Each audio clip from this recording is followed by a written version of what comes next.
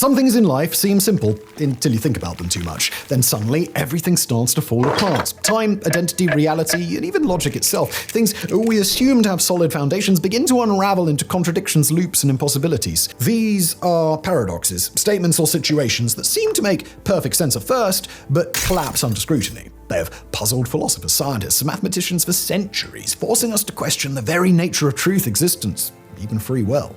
Some are playful thought experiments, others hint at deeper flaws in the way we perceive the universe. Either way, they remain unresolved even today, with many lying at the heart of physics, mathematics, and philosophy. Imagine a ship, a great wooden vessel, sailing through the sea for years. Over time, the planks start to rot, so they're replaced one by one. Eventually, every single piece of wood, every nail, every part of the ship has been swapped out. Not a single original piece remains. Now you ask yourself, is it still the same ship? Well, this is the ship of Theseus paradox, an ancient thought experiment that questions the nature of identity and change. If something is gradually replaced, at what point does it stop being what it originally was? But it gets even more complicated. Imagine that someone collected all the original discarded parts and rebuilt a second ship identical to the first. Which one is then the real ship of Theseus? This one that was slowly rebuilt, or the one that was made from the original pieces? And this paradox goes beyond ships. It applies to everything from objects to people. Every cell in your body is replaced over time. The person you were 10 years ago is biologically completely different to who you are today. So, are you still even the same person? Philosophers have debated this paradox for centuries. Some argue that identity isn't tied to physical parts, but to continuity. The ship remains the same because its transformation was gradual. Others say that identity depends on its original materials, and that once those are gone, so is the thing itself. Today's video is sponsored by Surfshark. Look, VPN isn't just for pretending you live in another country so you can watch a different Netflix. I mean, a large part of it is that, if I'm honest, like my viewing of other Netflix is allegedly quite high, using today's sponsor Surfshark, but it also keeps your data, your browsing, your digital life out of the reach of companies or anyone else, probably even, more nefarious people, from trying to track you and steal your information. Surfshark encrypts your connection so no one sees what you're doing online. Not your internet provider, not advertisers, not the people who are also on the coffee shop Wi-Fi. It also blocks ads, trackers, and malware by default, plus it comes with something called Clean Web and multi-hop features, so you can route through multiple countries at once for extra privacy and security. Fantastic! Plus, one subscription covers unlimited devices, which, honestly, pretty rare these days. And I feel like I've got a dozen devices. My family have a dozen devices, and it's nice that Surfshark can protect everyone, all for one price. So go to surfshark.com/sideprojects or use the code Sideprojects at checkout, and you'll get 4 extra months of Surfshark VPN for free, which is nice. There's a link below. And now back to today's episode.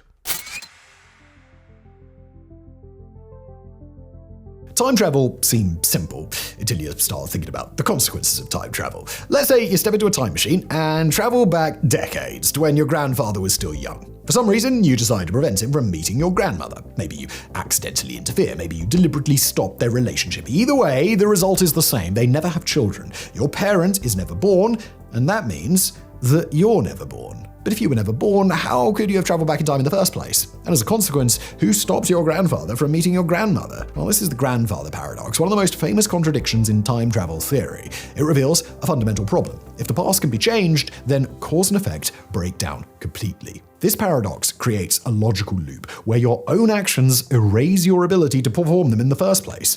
If you prevent your own existence, then you were never there to make the change. If you never made the change, then history remains intact, and you exist again. Some theorists suggest that changing the past might be impossible, and that time travel can only create closed loops where everything aligns perfectly. Others believe in the many worlds interpretation, the idea that altering the past simply splits the timeline, creating a new reality while leaving the original untouched.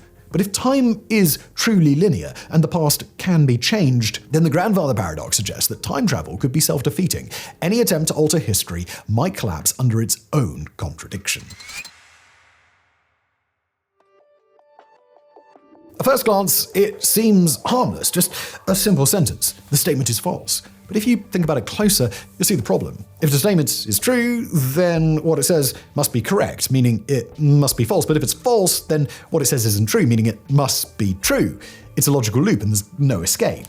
And that's the liar paradox, one of the simplest yet most frustrating paradoxes in philosophy and logic. It exposes a fundamental flaw in self-reference, where a statement refers to itself in a way that creates an impossible contradiction. This paradox has existed since ancient Greece. It seems like there should be an answer, yet no matter how you analyze it, it refuses to be resolved. The statement collapses in on itself, endlessly flipping between truth and falsehood. Another classic example that works in the same way is, I am lying. If it's true, then the speaker is lying, meaning the statement must be false. But if it's false, then the speaker is telling the truth, contradicting itself. The liar paradox isn't just a quirky brain teaser. It presents real problems in maths, logic, and even computer programming. In the foundations of mathematics, paradoxes like this one led to the development of set theory, Gödel's incompleteness theorems, and advancements in formal logic, all of which we don't have nearly enough time to go into, but if you're into mind-bending head-scratchers, then definitely check them out. And it also has implications for artificial intelligence. How does a computer, bound by strict logical rules, handle a statement that defies logic? Could a machine get trapped in an infinite loop and be unable to determine the truth? The paradox raises deeper questions about the nature of truth itself. Is truth absolute, or does it depend on context, language, and interpretation? No matter how you look at it, one thing is clear. The moment that you try to solve the liar paradox, you become trapped in its brain-aching, endless cycle. Let's say you're standing at one end of a room and your goal is to walk to the other side. I mean, it's pretty simple stuff. But what if I told you that mathematically speaking, you should never be able to get there? Welcome to Zeno's paradoxes, a set of ancient Greek thought experiments that challenge the concept of motion and, well, probably will quite literally hurt your brain. Here's how it works. Before reaching your destination, you must first cover half the distance, and then half the remaining distance, then half again. No matter how small the gap, you always have to cover half of what's left before you reach the end. And since you can divide space infinitely, there will always be another half to travel. So, how do you ever actually get there?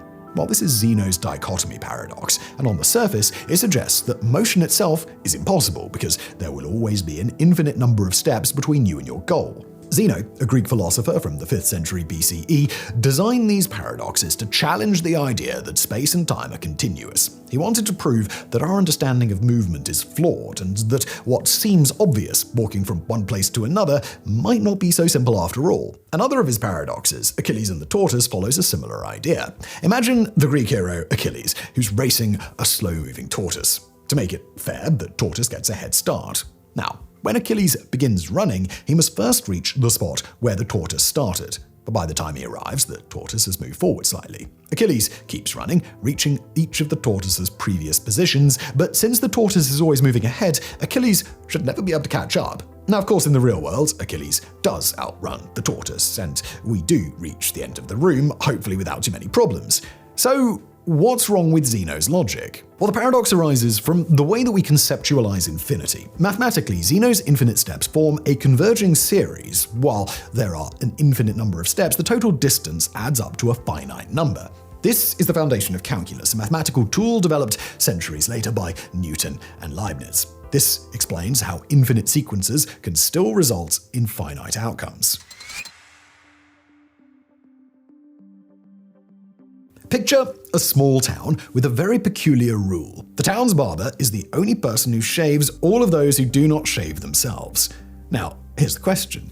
Does the barber shave himself? If he does shave himself, then he must not, because he only shaves those who do not shave themselves. If he does not shave himself, then he must, because he shaves everyone in town who doesn't shave themselves. No matter which way you answer, you're going to be caught in a contradiction. And that's the barber paradox, first proposed by British mathematician Bertrand Russell in 1901. On the surface, it seems like a silly word puzzle, but beneath it lies a deep problem in logic that once shook the foundations of mathematics. Russell created this paradox to highlight a flaw in a branch of mathematics called set theory, which studies collections of objects. At the time, mathematicians believed they could define sets however they pleased, until Russell showed that some of the sets lead to logical contradictions. For example, imagine a set that contains all sets that do not contain themselves. Does this set then contain itself? If it does, then it shouldn't, and if it doesn't, then it should. Just like the barber, this self-referential definition collapses into contradictions. This problem was so serious that it forced mathematicians to redesign the entire foundation of modern logic and mathematics. It led to the development of Russell's type theory, an attempt to avoid paradoxes by structuring sets more carefully. But the Barber paradox is more than just a maths problem. It demonstrates how language, logic, and self-reliance can create inescapable loops. It forces us to ask, can every question have a definite answer? Can every rule be consistently applied? Or are there some concepts that, when taken to their logical extreme, simply break down into contradiction? A prisoner is sentenced to be hanged. The judge tells him, "You will be executed on a weekday morning next week, but the exact day will be a surprise. You won't see it coming." The prisoner thinks for a moment and realizes something. If the execution hasn't happened by Thursday, then Friday is the only possible day left. But if he knows it must happen on Friday, then it won't be a surprise, and that breaks the judge's condition. So Friday's impossible. Now, if Friday's ruled out, then Thursday must be the last possible day. But if that's the case, then the prisoner will expect it on Thursday, so Thursday's also impossible. Following that same logic, he eliminates Wednesday, then Tuesday, then Monday, and eventually he convinces himself that the execution can't happen at all because no matter what, he would expect it. Satisfied with his reasoning, the prisoner relaxes, believing he has escaped his fate. Then, on Wednesday morning, the guards come for him. He's completely shocked. The judge was right. The execution was a surprise after all. And that's the paradox of the unexpected hanging, also known as the surprise exam paradox when applied to a pop quiz scenario. It reveals a fundamental flaw in logical reasoning. Sometimes, logic defeats itself. The prisoner's argument seemed flawless. He logically eliminated every possible day. But that very reasoning set him up for failure because by assuming he could predict the execution, he created the conditions for it to be unexpected. This paradox has fascinated philosophers and logicians for decades because it demonstrates a contradiction in how we process expectations and knowledge. If you can logically prove that something will not happen, and yet it still happens, does that mean the logic itself was flawed, or does it mean expectation and reality do not always follow the same rules? You're reading a book about how to build a time machine. Fascinated, you follow the instructions and successfully create one. You decide to travel back in time and give the book to a younger version of yourself. Years later, that younger version grows up, follows the instructions, builds the time machine, and repeats the cycle. But here's the problem. Who wrote that book in the first place? This is the bootstrap paradox, a time travel riddle in which an object, idea, or piece of information exists without ever being created. It has no origin, it loops endlessly through time, passing from the future to the past and back again. The paradox gets its name from the phrase, pulling yourself up by your own bootstraps, an impossible action, just like an object or piece of knowledge that seems to create itself.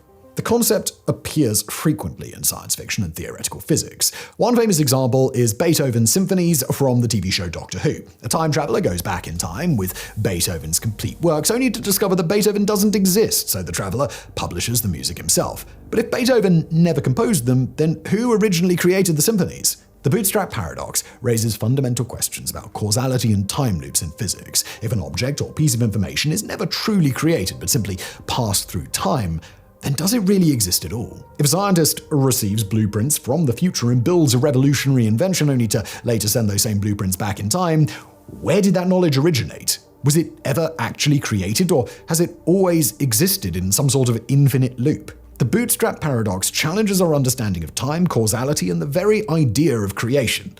If time travel is ever proven possible, we may have to confront a reality where some things exist not because they were made, but because they were always there, simply waiting to be passed along. Let's put all the religious arguments to one side and say that there is indeed an all-powerful, omnipotent being who's able to do anything, control everything, and bend reality to their will. Now ask yourself this: can this being create a rock so heavy that even it cannot lift it? If the answer is yes, then there is something that the being cannot do. It cannot lift the rock. If the answer is no, then there is still something the being cannot do. It cannot create the rock. Either way, there is a limitation. And if there is a limitation, then the being is not truly omnipotent. This is the omnipotence paradox, a philosophical problem that questions whether absolute power could truly exist without contradiction.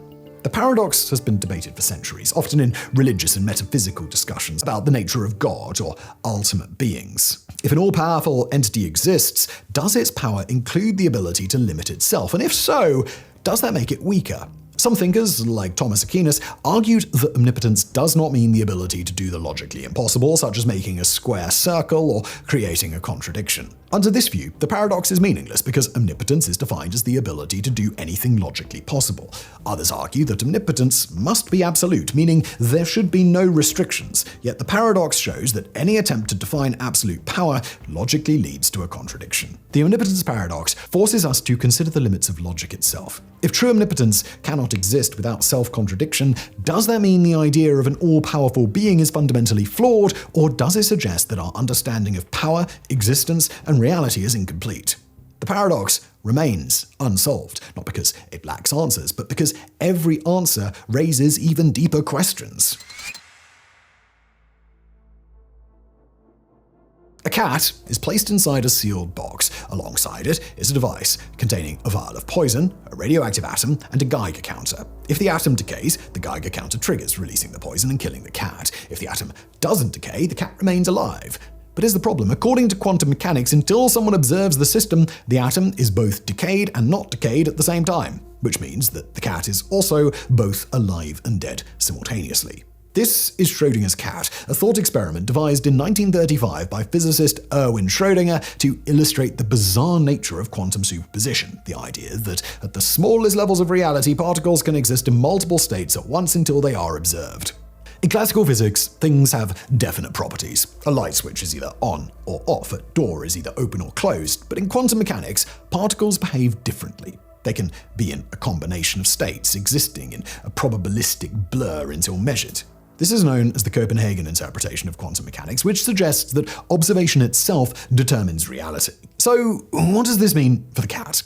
Before the box is opened, the system remains undecided. The cat is neither fully alive nor fully dead, but it exists in a quantum superposition of both states. Only when someone looks inside does the universe choose one outcome. Schrödinger originally designed the thought experiment not to prove that cats can be both alive and dead, but to highlight the strangeness of quantum mechanics. The paradox raises deep questions about the role of the observer, the nature of measurement, and whether reality exists independent of perception. If an event remains undefined until it is observed, does that mean consciousness shapes reality and the universe exists in an undefined state until something observes it? So look, paradoxes challenge the way we think. They expose the cracks in our logic, the limits of our understanding, and the strange contradictions hiding beneath what we assume to be true. Some paradoxes have been solved, leading to breakthroughs in science, maths, and philosophy. Others remain unsolved, lurking at the edges of human knowledge, daring us to find answers. But perhaps the greatest paradox of all is this: the more we try to make sense of the world, the stranger it becomes. Paradoxes remind us how much we still need to understand. The deeper we look, the more we realize that certainty is an illusion and reality is far more complex than we ever imagined. Thank you for watching.